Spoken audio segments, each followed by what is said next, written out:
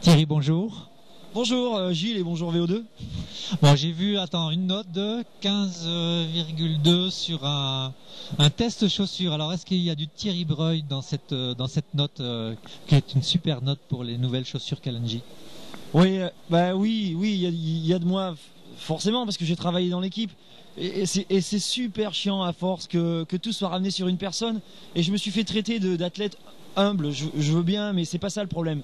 Le problème, c'est qu'une chaussure, ça se fait vraiment pas tout seul, et que malgré le fait d'être un coureur depuis de nombreuses années, et c'est aussi ce qui est intéressé dans Kalenji, c'est un parcours long et un coureur très intéressé par le produit. L'envie d'en faire son métier, c'était vraiment quelque chose qui était vraiment fort en moi, mais c'est vraiment en travaillant avec un ingénieur, un designer, et en apprenant aussi le métier de chef de produit qu'on arrive à faire un produit comme ça. Donc, évidemment que je suis super content qu'on dise que c'est entre guillemets que je sois cité partout, en tout cas je veux dire sur le nom de la chaussure, mais moi je voudrais quand même continuer à dire tout le temps que c'est un travail d'équipe et que voilà, je suis dans une équipe et qu'on est tous les quatre, parce que c'est une équipe de 4 sur la chaussure, très très content évidemment que notre chaussure de compétition soit élue comme la meilleure chaussure de compétition dans le prochain magazine qui sortira sur le test chaussure d'endurance. Endurance, ouais, faut le préciser. Voilà. Bon, alors le trailer que Thierry Breuil aujourd'hui, c'est quoi? C'est quoi, c'est qui, c'est comment, c'est où? Ce qui est dingue, c'est qu'à 42 ans, j'avais encore idée de me dire je vais trouver encore des pistes de travail pour m'entraîner plus, pour arriver je vieillis, donc c'est difficile, hein. C'est vrai qu'on va pas dire l'inverse. Je préférais quand j'avais les jambes d'il y a 30 ans, mais ce qui est dingue, c'est que tous les ans, j'arrive encore à avoir cette énergie du cadet, comme on en a souvent parlé ensemble. Donc je m'étais dit je vais m'entraîner différemment, encore plus dans certains domaines, enfin tester des nouvelles choses. Et 3 jours après les 10 km de Nice, je me suis entraîné 3 fois le jeudi, après une séance de lactique, j'ai fait un footing le soir rapide. Et évidemment de la PPG pour finir. Et alors figure-toi que j'ai eu beaucoup de mal sur les foulées bondissantes et puis des cloche-pieds, et je me suis blessé sur un cloche-pied. Alors évidemment tout le monde pouvait le dire, même moi avant l'heure presque. Et puis depuis j'ai dit je vais pas m'arrêter quand même sur les douleurs que j'ai, je vais m'entraîner pour pas perdre de temps. Et puis au fond du compte, je viens de perdre cette semaine parce que je me suis fait d'une blessure plus importante derrière. Donc voilà, ça part d'un bon principe, avec tous les mauvais principes des coureurs où on sait pas s'écouter, on dit toujours des bons conseils aux autres et on les prend jamais pour soi.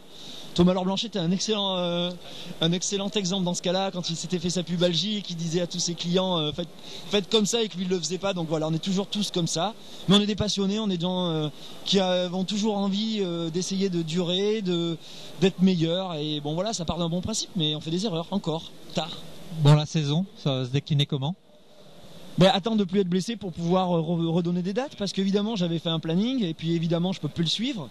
Je dirais qu'en ce qui nous concerne, c'est toujours la joie de se revoir, j'ai décidé de venir à l'Aubrac évidemment avec Kalenji, donc pour travailler sur le stand, mais évidemment tout le temps aussi pour courir. Donc on est quand même que début avril, ça laisse presque 3 mois, avril, mai, juin, donc 3 mois. J'espère que dans 3 mois, non seulement j'aurai repris, et puis aussi que j'aurai eu le temps de refaire du foncier pour pouvoir venir sur l'épreuve et être compétitif. J'espère aussi avant, mais j'ai repris lundi par un footing, mais trop rapide, donc je me suis encore refait mal. Donc parce que tout de suite j'ai réfléchi à compétition, tiens, quand est-ce que je peux viser? Donc voilà, je m'interdis de viser quoi que ce soit. Le but c'est de reprendre du plaisir de courir, parce que dès que je vais refaire un footing d'1 heure là, c'est l'extase quoi, c'est redécouvrir un plaisir qui est parti. Donc voilà, attendre. Je sais pas faire, donc ne penser à rien, recourir et après se refixer des choses. Bon, alors. Les Templiers, le championnat de France de trail, oui, des choses loin. Les courses plus immédiates, je sais pas. Au niveau travail, une super chaussure. Il y a d'autres projets, il y a d'autres choses qui se dessinent chez Kalenji? Chez Kalenji forcément, mais je veux dire ce qui est un petit peu neuf aussi dans ma tête, c'est que depuis le mois de septembre, j'ai incorporé une autre équipe que celle de la chaussure. Donc d'autres acteurs quoi, un autre ingénieur, un autre modéliste, pour reprendre entièrement le textile homme et femme trail. Donc le développement dur. C'est-à-dire que ça veut dire que moi j'y travaille déjà depuis 6 mois avec cette équipe-là, et ces produits-là arriveront, alors on dit pour SS15, ce qui veut dire début. Faut traduire un peu là. C'est Spring Summer, donc c'est toujours des mots américains, donc ça veut dire que c'est le début d'année 2015, sur des panoplies refaites hommes et femmes en trail. Donc il n'y aura pas tout, mais c'est le début de ma patte, avec une équipe, je tiens encore à le dire, pour compléter l'offre trail chez Kalenji. Donc des super challenges. Je savais que j'étais passionné de la chaussure. Ça se voit. Ouais, je découvre l'univers du textile et c'est dingue, je pensais pas que ça me plairait autant. Alors t'as acheté une machine à coudre? Alors j'ai vu, mes parents étaient tapissiers litiers, donc moi la machine à coudre je l'ai connue jeune. Putain, mais voilà, le lien est fait. J'ai aidé mes parents à faire des matelas quand ils étaient artisans tapissiers litiers jeunes. Aider, oui, comment à faire des capitons, à faire des choses qui c'est technique. Mon père faisait des chaises, des fauteuils, c'était un artisan. Donc oui, j'ai grandi dans cet univers-là. Et j'ai appris à coudre et à découdre des choses pour être plus compétitif sur des courses. Et c'est aussi ce qui fait qu'à un moment donné, il y a une passerelle qui se fait et que tu rebondis facilement dans un métier parce que tu es ultra exigeant et que c'est cette exigence qu'on te demande d'avoir dans tes produits pour avoir des bons produits qui correspondent à tout le monde. La crainte de beaucoup, c'est de dire quand tu es ultra compétiteur, c'est de se dire oui mais toi tu es différent. Ben non, il n'y a rien de différent en vrai dire. Le sac qui t'ira à toi si tu es ultra compétiteur, hyper exigeant, il ira à tout le monde.